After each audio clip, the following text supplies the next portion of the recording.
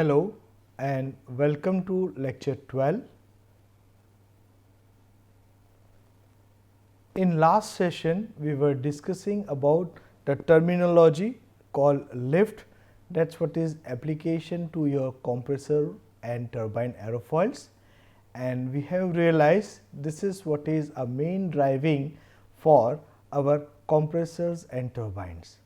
So, we were discussing about the lifting force, how we are utilizing the lifting force and how we will be having the rotation of our wheel or rotation of our rotor. Mainly for compressor, as we have discussed, my rotation will be from suction side to the pressure side, and for turbine we will be having our rotation from pressure side to the suction side, and that is what will be giving us the benefit in sense of using our lifting force. Then we have discussed about the flow over aerofoil. We have realized how the flow, that is what will be moving from leading edge to the maximum thickness, and then after from maximum thickness towards the trailing edge. So, initially we have discussed we will be having our flow to be laminar flow. After maximum thickness up to some distance we will be having the flow transition, that is what is happening, and towards the trailing edge we will see our flow to be more turbulent. So, those who are having the background of fluid mechanics or having the background of aerodynamics, just go through these terminologies called laminar flow, transition flow and your turbulent flow. Okay. Then we were started discussing about different kinds of aerofoils which we are using for our axial flow compressors and fans. So, if you recall, we were discussing about the C4 aerofoil, we were discussing about NACA 65 aerofoil, we have discussed about say computationally made say controlled diffusion aerofoil, we have discussed about double circular arc aerofoil, we have discussed about multiple circular arc aerofoil, we have discussed S type of aerofoil.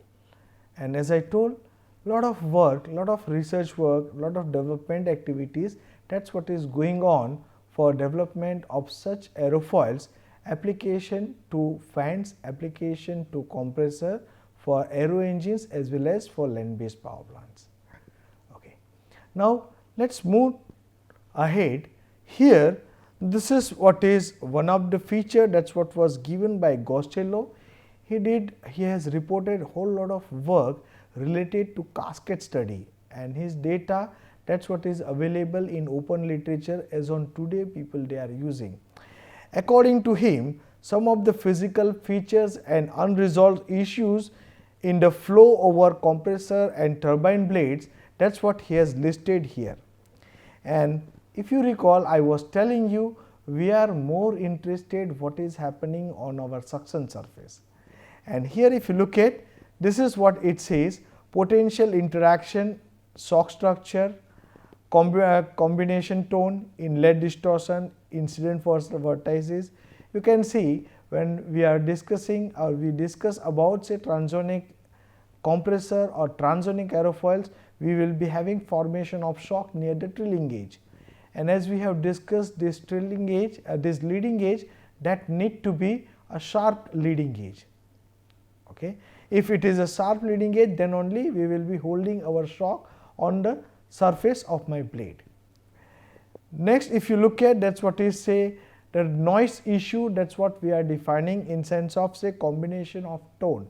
So, when my wheel, that is what is rotating, or my rotor it is rotating, it will be cutting the air, and that is what will be giving the generation of noise. So, majority of contribution of noise, that is what is coming from the rotation of my wheel. We are having inlet distortion. You can realize this distortion is nothing but it is a disturbance. This disturbance maybe we can say in sense of pressure, in sense of velocity, in sense of total pressure, say in sense of total temperature, or maybe because of atmospheric change, or say because of your cyclone. All those things, that is what will give my flow at the entry to be disturbed, or it is different from what it is been designed. So, that is very challenging aspect. These days universities and industries, they are working on development of this kind of fans and aerofoil which are called distortion free fans or say distortion free compressors. Okay. Then we are having say leading edge bubble, laminar layer, we will be having buffeting, we will be having say roughness. You can understand when we are flying, so along with your air there may be possibility that dust particle also will get sucked from say atmosphere, and that will be sticking on the surface of my blade. And you can understand we are looking for our surface of this suction surface that to be a perfect surface. Other than this suction surface, if I will be having sticking of air say particle, dust particle on this surface, that will change my flow physics on the suction surface, and that is what will give off design performance. Means for what we have designed, that compressor will not work according to our expectation, and that is the reason people they are doing after few flying hours they are doing compressor washing. Okay. Then we are having say distributed roughness, transition region, incident wake, calm region, laminar separation bubble, stall behavior, turbulent separation, acoustic propagation. Along with that we are having say heat transfer, we are having tender blading, we are having cavitation. Suppose say I am using this kind of aerofoil for say my axial flow pump, there I am having problem, that is what we can say it is a cavitation problem. We are having flutter, it is your aeromechanical problem, shock boundary layer interaction, shock curvature, jet impingement, film cooling, vortex reading, so many. So you can understand all these aspects, that is what need to be considered when we are making aerofoil. And that aerofoil which is application to your compressor, which is working under adverse pressure gradient. So just look at the challenges what we need to face when we say we are using our aerofoil for making of blade. It is not that easy in that sense. Even on my pressure surface I will be having boundary layer thickness and radius of say concave surface, that is what will be giving you Gottler vorticity on that surface. Okay.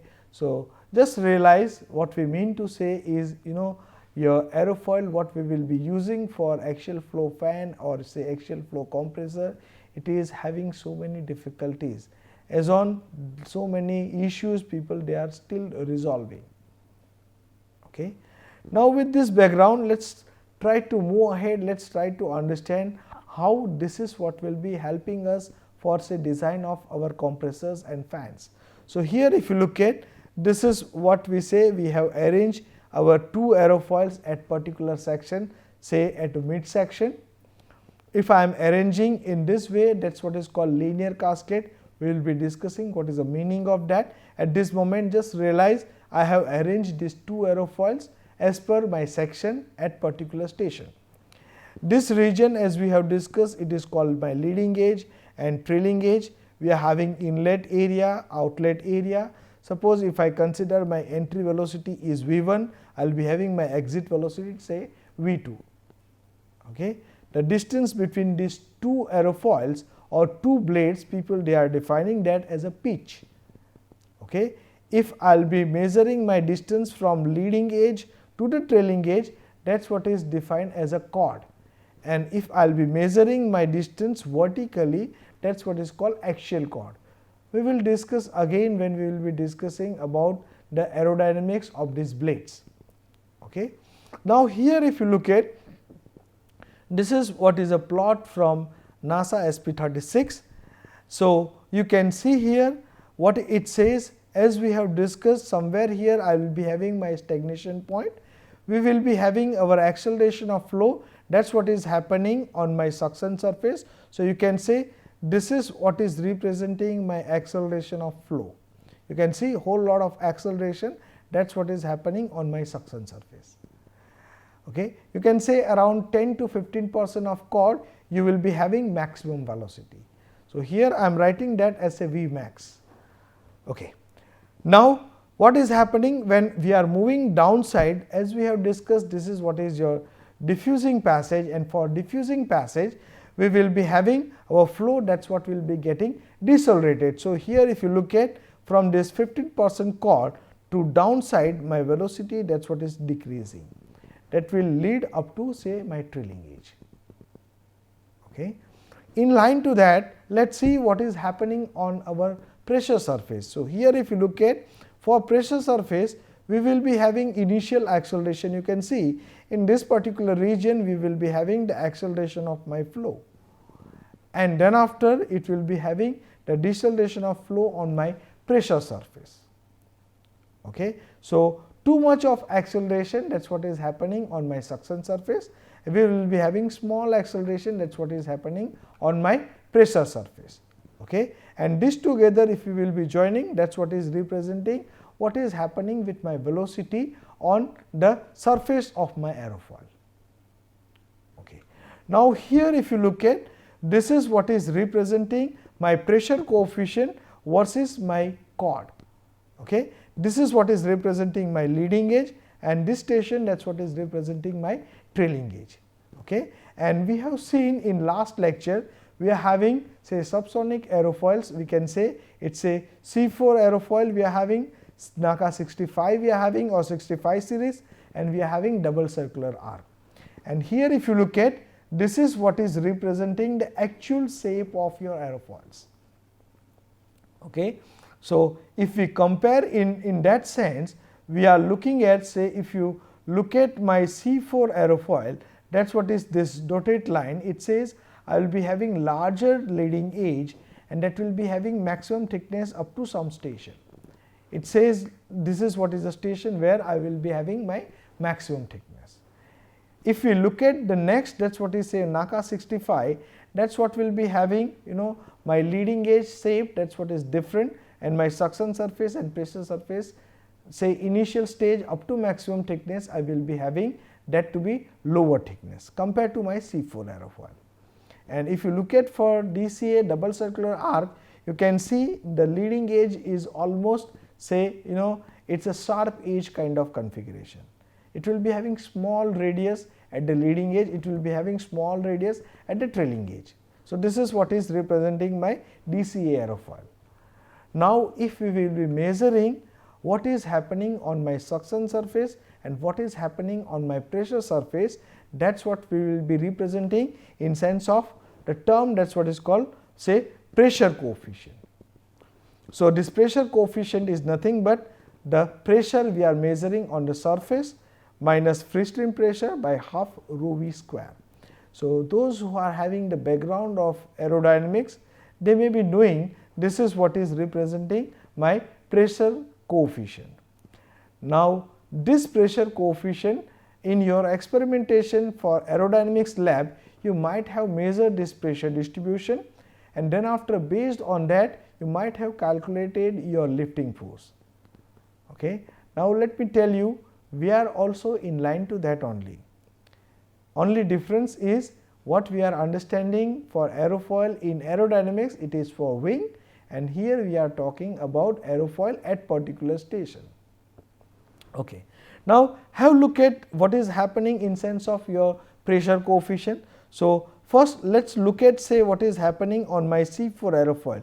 So, here this is what is representing my suction surface. So, what is our observation? I will be having whole lot of acceleration, that is what will be happening on my say suction surface. So, when I say acceleration, that is what is happening, my Cp value, that is what will be decreasing. So, you can see this is what is representing my say acceleration of flow on C4 aerofoil. Then after it will be having say deceleration of flow, that is what is moving downside towards the trailing edge. So, you can see this is what is representing the acceleration of my flow for C4 aerofoil. If we look at on pressure surface, again on pressure surface we will be having the acceleration of flow, that is what is happening on say pressure surface. So, here if you look at, this is what is representing the acceleration of flow near the leading edge. Okay. And then after slowly I will be having the pressure rise, and that is what will be merging near my trailing edge. So, you can say this is what is representing my Cp distribution. Let me tell you, area under this curve, that is what is defined as a lifting force when we are saying aerodynamics. If we are using this concept for our compressor airfoil, basically area under this curve, that is what is representing my pressurizing capacity of that particular airfoil. Okay. So, when you are doing your design, after doing design, maybe you will be going with say your computational study. In computational study, it is preferred that you understand what is happening with your Cp distribution on your suction surface and pressure surface at particular station, and just look at how you are managing your flow on suction surface, how you are managing your flow on the pressure surface. You can understand if I will be managing my flow nicely on my pressure and suction surface, that is what will be giving me very good Cp distribution. That means, it will be giving me what pressure rise I am expecting. Okay. So, many times people when they are doing their computational study, they need to do post processing in sense of understanding what is happening at particular station. So, they are using this Cp as one of the parameter. Let me go to the next. This is what is representing for say 65. So, this is what is for NACA 65. Here also I will be having my acceleration of flow, that is what is happening, but in compared to your C4, my acceleration is slightly lower on the suction surface. Same way this acceleration, that is what is happening, slightly lower on my say pressure surface also. And here if you look at, this is what is representing my distribution of Cp for NACA 65. Okay. And as we have discussed, for double circular arc, I will be having acceleration, and that acceleration will be moving towards the downside here. Okay. So, if you compare for say my C4, that is what will be around say maybe 10 to 15% of chord. For NACA 65, it will be from 15 to 20%, and here if you look at for double circular arc, it will be around say 40% of chord, 30% of chord, you will be having say acceleration of flow, and then after you will be having smooth deceleration of the flow. If you look at carefully and if you are comparing all together, you will see my pressure distribution on the pressure surface for double circular arc, that is what is roughly constant. Okay. So, this is what will give us idea what is happening in sense of my Cp distribution, and now we realize what is the use of my lifting force when we are talking for application of say your compressors as well as fans. Now, you will be going aggressive. We are always discussing we want to increase the pressurizing capacity of particular stage. That is what is in order to meet lot of requirements, lot of expectations for future engines, and if you will be going aggressive, then there may be chances of flow separation, that is what will be happening. And when I say there is a flow separation, that is what will be happening, it will not give what Cp distribution we are looking for. So, when I will be discussing about the cascade, that time we will be discussing these aspects, what is happening there. Now, with this data, say Americans mainly for NASA, earlier named as NACA, they have come up with some solution say in sense of diffusing capacity of particular aerofoil or for particular rotor and stator configuration. What they say, like if I consider this is what is say my maximum velocity, if I consider I am having my entry velocity is V1 and my exit velocity is say V2, then they say they have introduced the parameter, that is what is called say diffusion factor.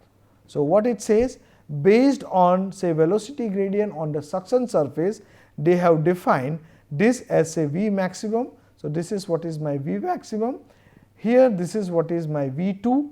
So, here you can say it is a V2. So, it is V maximum minus V2 divided by V1.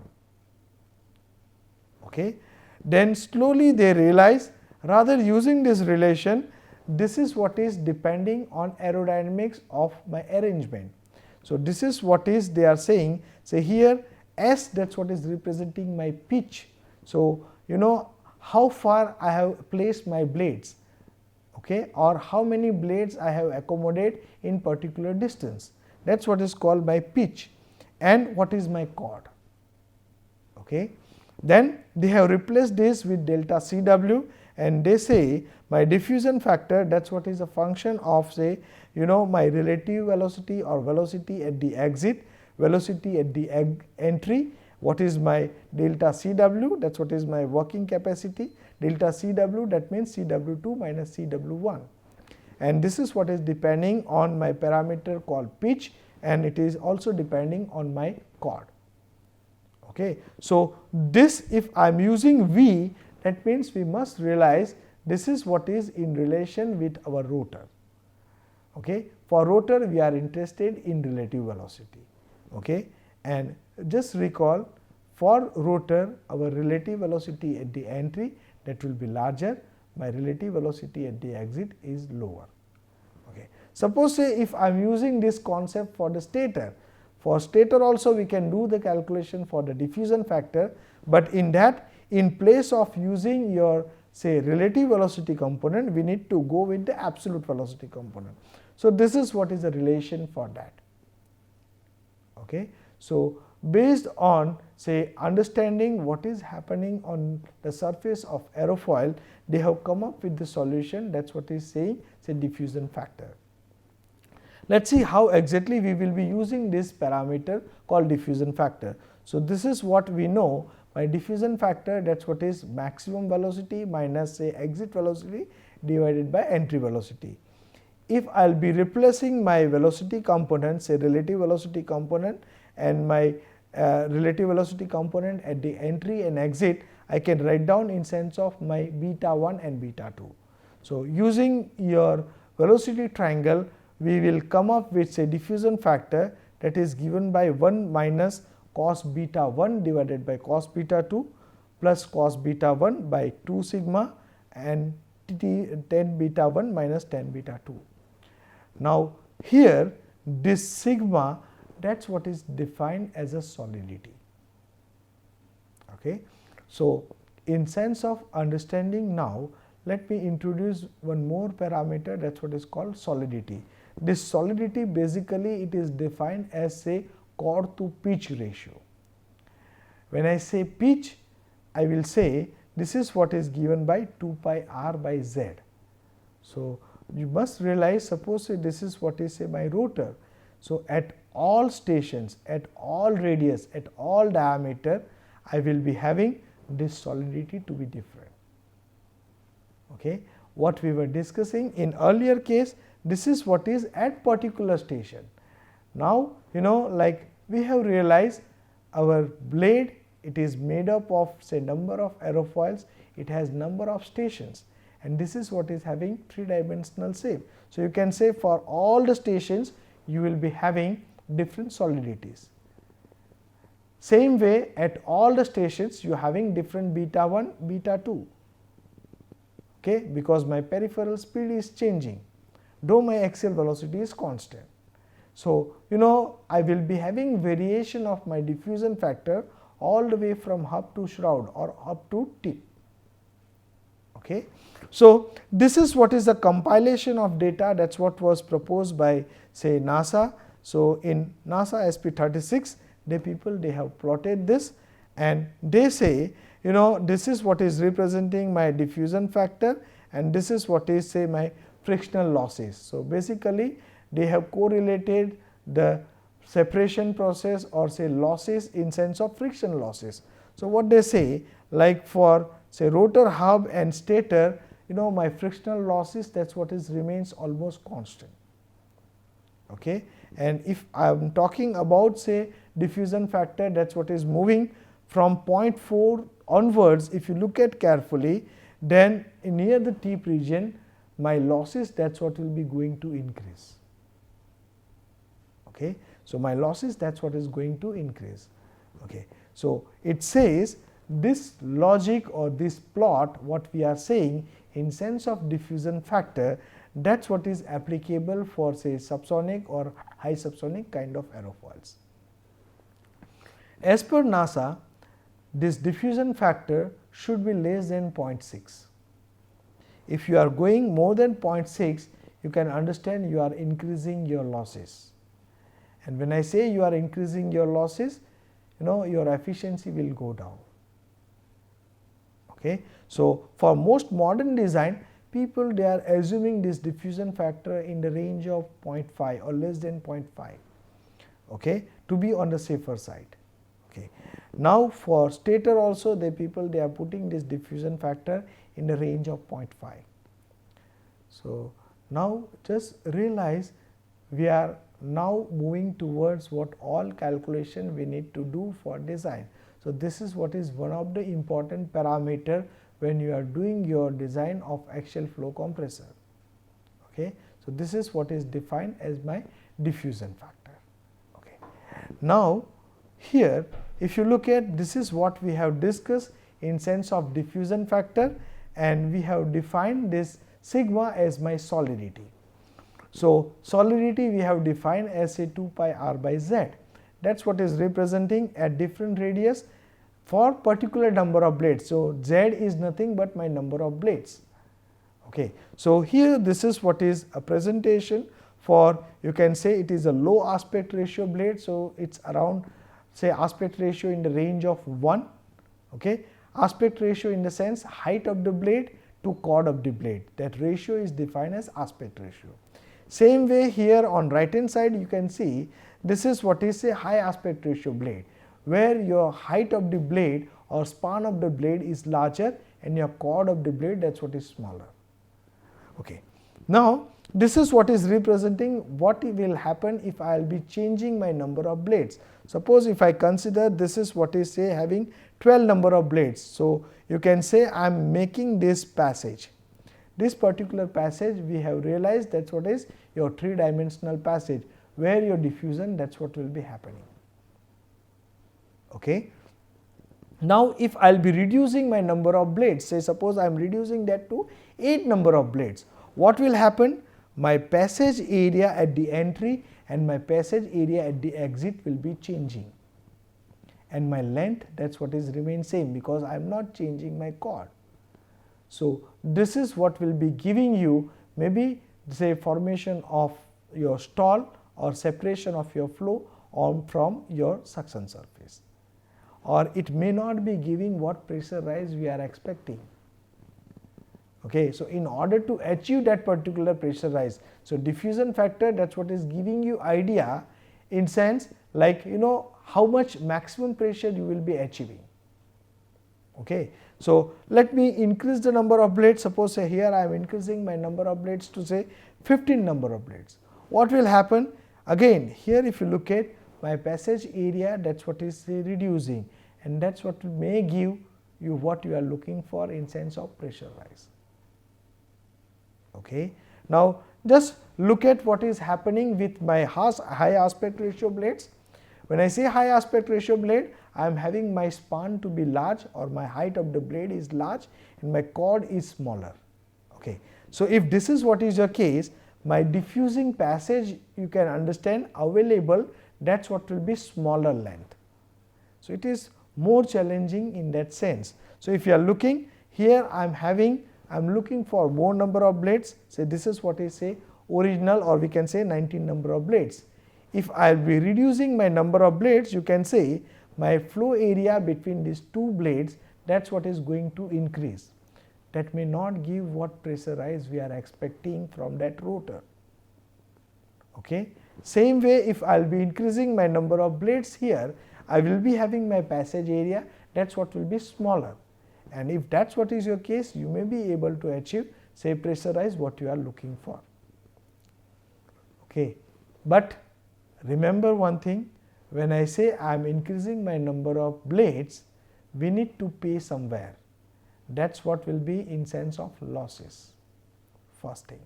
Secondly, that is what will lead to increase the number of blades on your rotor as well as stator, and that is what will be increasing your weight of the engine.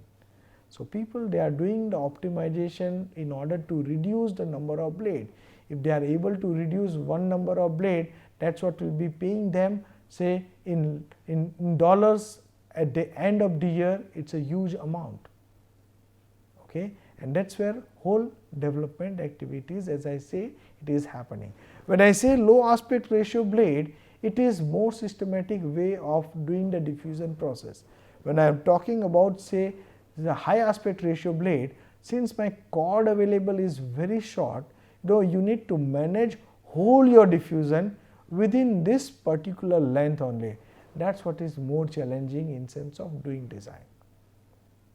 Okay. So, just realize the thing, this diffusion factor what we are introduced, what we have talked about, that is what is very important parameter when we are saying for our design.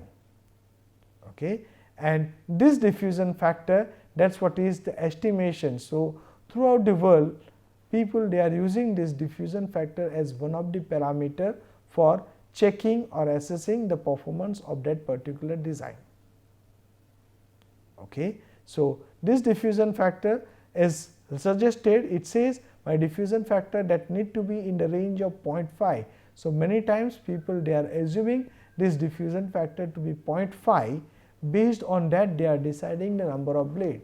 So, that is also one of the design challenge, how you will be deciding the number of blades. So, people they are using this concept of diffusion factor many times for say deciding the number of blades, or maybe in order to increase or decrease the diffusion factor they are changing the number of blades, they are changing say chord length, maybe they are changing the aspect ratio of the blade.